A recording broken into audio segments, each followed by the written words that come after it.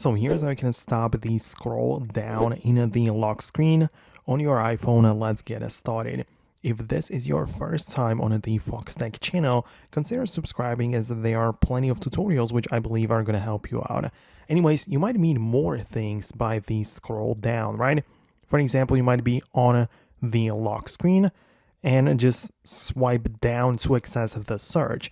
If you want to stop that from happening, you can open up the settings, then go to the Face ID and passcode section.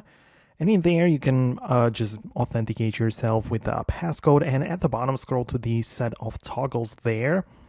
And you want to make sure that you disable the Today View and Search. Because if you turn it off, it will mean that you will not have the ability to swipe down on the lock screen and access the, searching feature. And it's just not going to work that way, right? You will need to at first unlock your iPhone and then you'll be able to get inside. So that is like how it works.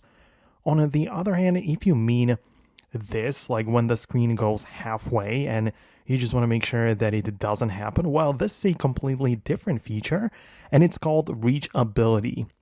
So it is designed for you to be able to in an easier way reach the top portion of the display. It might be useful, but you can find it in the accessibility settings, touch, and the reachability is right there. So if you don't like it, you can turn it off with the toggle there and you're going to be good to go.